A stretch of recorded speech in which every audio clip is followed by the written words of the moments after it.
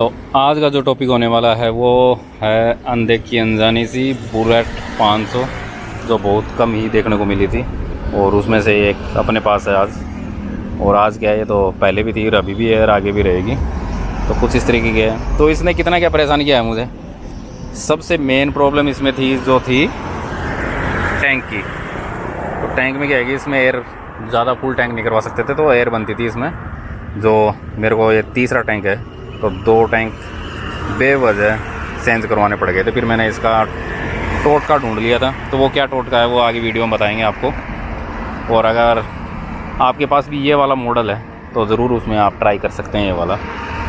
तो चलिए शुरू करते हैं आगे इस वीडियो को कि कितना क्या सीन है इस बुलेट का। और ये पीछे मैंने एक डेविल कैट लगवा रखी है जो काफ़ी खूबसूरत और काफ़ी कमाल की लगती है भाई। मतलब क्या ही कहना है इसका।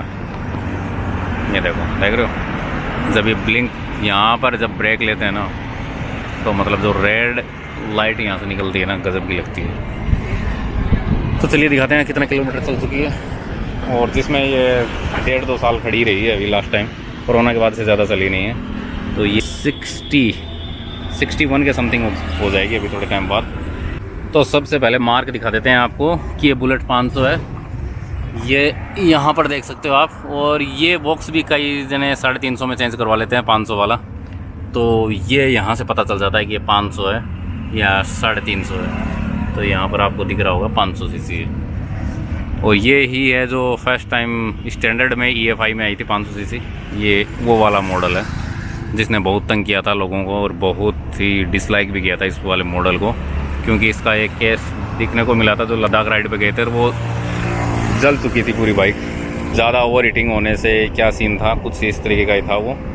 तो जो ये यहाँ का सबसे गंदा, इसमें टैंक के बाद जो सबसे गंदा सीन है वो यहाँ पर इसमें ये है कि ये वाला जो फ्यूल पंप है यहाँ पर, ये वाला फ्यूल पंप बहुत गंदा है, प्लास्टिक का है। इसके अगर यहाँ पे थोड़ा सा भी हल्का सा कुछ भी चोट लग जाती है ना, सीधा ब्रेक हो जाता है। ये 8,000 के समथिंग का आता है। अब कितने का आ रहा है मुझे पता नहीं, क्योंकि 3-4 साल के समथिंग हो गए मैंने इसको चेंज नहीं करवाया, क्योंकि 2 से 3 बार ये भी चेंज हो चुका है फ्यूल पंप।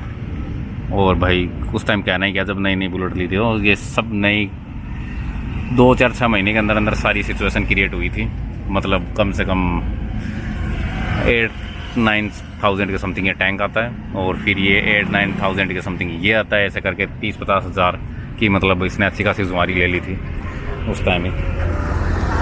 लेकिन हाँ, इतना खून पीने के बावजूद भी इसने खून बढ़ाया है मेरा, क्योंकि जो फील भाई इसमें है ना बुलेट में, वो शायद ही किसी में होगा या फिर हार्ले में होगा। उसका मैंने अभी टेस्ट राइड या चला के नहीं देखी, हार्ले का एक्सपीरियंस अपन को है नहीं। तो अपन अपनी बुलेट की बात करते हैं। तो ये इस तरीके का है और 60,000 की जर्नी में कितना क्या कैसा क्या एक्सपीरियंस रहा है। और ये जो मॉडल है ये 2017 का मॉडल है। और बाकी कई वीडियोस आपको देखे होंगे इस दूसरे चैनल पे, अगर आपने ब्लॉगिंग वाला चैनल सब्सक्राइब किया हुआ है तो। 60,000 तक की जर्नी रही है इसके साथ।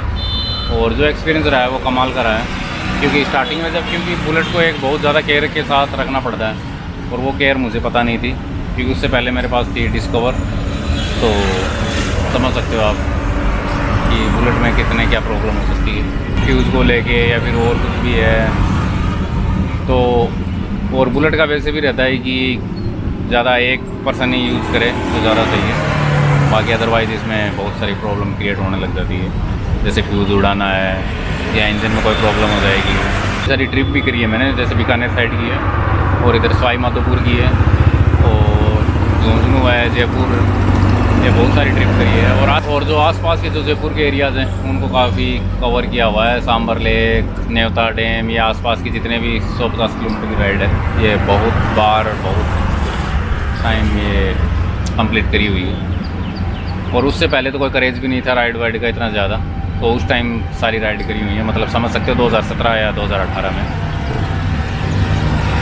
और जो क्रेज़ आया राइड का बाइक पर, ये कोरोना के बाद से आया मेरे ख्याल से, तो काफ़ी यूट्यूबर्स को देख के। बाकी अभी तक इसमें इंजन का काम हुआ नहीं है, और जो स्टार्टिंग में होना था वो हो चुका है। जो टैंक चेंज हुआ, फ्यूल पंप चेंज हुआ, जो आपको बता चुका हूँ। मॉडिफिकेशन किया है इसमें, तो ये आपको बताएंगे, क्योंकि थोड़ा सा इसको और लाइटिंग वाइटिंग लगवानी पड़ेगी, क्योंकि मैं सोच रहा हूँ इसको लॉन्ग राइड पे भी यूज़ करूँ, क्योंकि कंफर्ट इसमें बहुत ज़्यादा है। मैंने जो हैंडल बार लगाया वो भी लॉन्ग राइड वाला ही लगाया, कंफर्टेबल वाला। और हाँ, काफ़ी बिल्ड क्वालिटी काफ़ी अच्छी है। इंजन का काम थोड़ा सा क्या कि अभी स्मोक देने लग गई है साइलेंसर से, और ब्लैक कलर का स्मोक आने लग गया है, तो मतलब इंजन का काम अभी बहुत नियर बाई बहुत आसपास ही आ चुका है इसका। तो बस वो एक मोटा खर्चा अभी आने वाला है कुछ टाइम बाद। एक गंदी चीज़ और लगती है, इसके वाइब्रेशन के होने की वजह से इसमें स्पोक व्हील है, तो इसमें फिर उस टाइम भी और अभी भी लास्ट टाइम तक भी इसमें यही आते थे ट्यूब वाले टायर।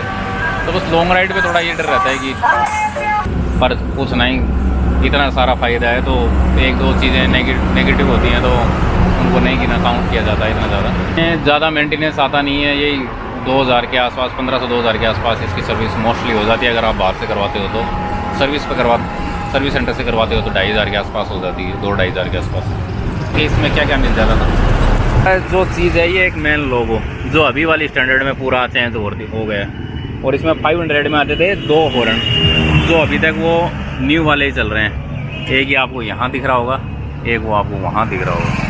यहाँ पर वो होल मैंने करवा दिए थे, क्योंकि यहाँ पर एक सिंबल लाइन लगवा रखा था मैंने पहले, और कुछ इस तरीके का यहाँ का मीटर आ जाता है इसमें, एनालॉग वाला। और इसमें ही आया था तो वो जो फ्यूल गेज वाला है जो ब्लिंक करता था इसमें, यहाँ पर तो अभी दिखा सकता हूँ फ्यूल कम होने की वजह से।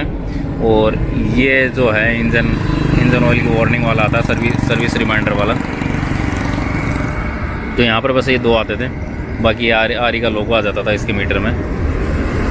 और ये बेसिक सी की आती है इसमें, जो अभी इसका क्या है कि पीतल की तांबे की इसकी आती थी, तो ये घिस जाती है इसमें, और घिसने के बावजूद फिर ये कंडीशन हो जाती है कि ये ऑन बड़ी मुश्किल से होती है, और हो भी जाती है ऑन। अभी जैसे आपको दिख रहा होगा यहाँ पर न्यूट्रल में हो रही है, अब मैं की निकालूंगा तो ये निकल जाएगी। तो ये रॉयल इनफील्ड को शायद अब फिक्स कर दिया होगा या नहीं करा होगा, तो ज़रूर करना चाहिए, क्योंकि अब वाली क्योंकि बहुत बड़ी प्रॉब्लम हो जाती है। और यहाँ पर जो इसके साइड में आ जाता है ये हैंडल लॉक का, यहाँ पर कुछ इस तरीके से। तो काफ़ी बेसिक सी चीज़ें आती थी, लेकिन जो भी आती थी बेसिक था, लेकिन लाइफ और एडवेंचर के मामले में बहुत ज़्यादा मतलब कहना ही क्या, इसका कोई तोड़ ही नहीं था। तो कुछ इस तरीके का ही सीन है इसके साथ भी। और ये इसके हेडलाइट पे कैप मिल जाती थी अपन को, ये दिख रहे हो 500 सीसी में। मतलब 500 सीसी में बस फ़र्क ये था कि जो 350 क्लासिक में जो आती थी, जैसे कैप आती थी, पीछे ये जो राउंड शेप की लाइट आती थी इस तरीके की, तो ये क्लासिक वाले। और ये जो सेल्फ है यहाँ पर 5 सीसी में, तो ये सब स्टैंडर्ड में पहले मिलता नहीं था उस टाइम। ये सिर्फ 500 में क्लासिक वाले सारे फीचर्स मिलते थे स्टैंडर्ड में। तो कुछ ये सब था इसमें। और अभी फिर मिशेलिन का मैंने टायर चेंज करवाया हुआ था, ये शायद सेकंड टायर है, जो फर्स्ट था वो इसके साथ का था। ये अभी तक देख सकते हो इतना ही घिसा 60,000 किलोमीटर में, मतलब कम से कम 20,000 रनिंग हो चुकी है इसकी। हाँ 20,000, क्योंकि 40,000 के समथिंग इसको चेंज करवाया था, 40-45,000 के समथिंग। और पीछे वाला मैंने करवाया था शायद 30,000 के समथिंग, उसमें MRF का है, वो बहुत चिंदी टायर डाला है, बहुत शायद लोकल है क्या है मुझे नहीं पता, बहुत ज़्यादा हद से ज़्यादा पंचर होता है वो। और उसकी ग्रिप परफॉर्मेंस मतलब अच्छी नहीं लगी इस टायर की मुझे। ये आप देख सकते हो, ये वाला टायर तो MRF का बिल्कुल मत डलवाना अगर आपके पास ये वाली बुलेट है, नायलॉन ग्रिप जेपर C MRF। तो ये वाला टायर भाई बहुत गंदा टायर है, इसमें सक्सेस नहीं है, इसमें बुलेट में नहीं है, बाकी स्पोर्ट्स बाइक में होगा तो पता नहीं। क्लासिक में जो टायर आता था मोटा सा 18 इंच का, वही स्टैंडर्ड में 500 में आता है। और बाकी स्टैंडर्ड जो 350 थी उसमें 19 इंच का फ्रंट में और रियर में आता था, और इसमें जो आता है वो 19 आगे 18 पीछे। तो वो सारे क्लासिक वाले सीन थे बस। तो ये टोटली कुछ ऐसे है। और ये मॉडिफिकेशन बैक रेस्ट जो भी है, ले गार्ड रही है, ये मोस्टली कुछ ज़्यादा इसमें मॉडिफिकेशन की ज़रूरत है नहीं, वैसे ही मॉडिफिकेशन करी हुई सी है। और बाकी सिंगल सीट और वो कस्टम करवाई हुई है मेरी, तो वो कई बार मन करता है तो देख लेते हैं, वो कर लेते हैं चेंज, जब मौसम का तकाजा लेना होता है सिंगल सीट कर लेते हैं, या फिर अभी यूज़ में आ रही है तो काफ़ी अच्छी है।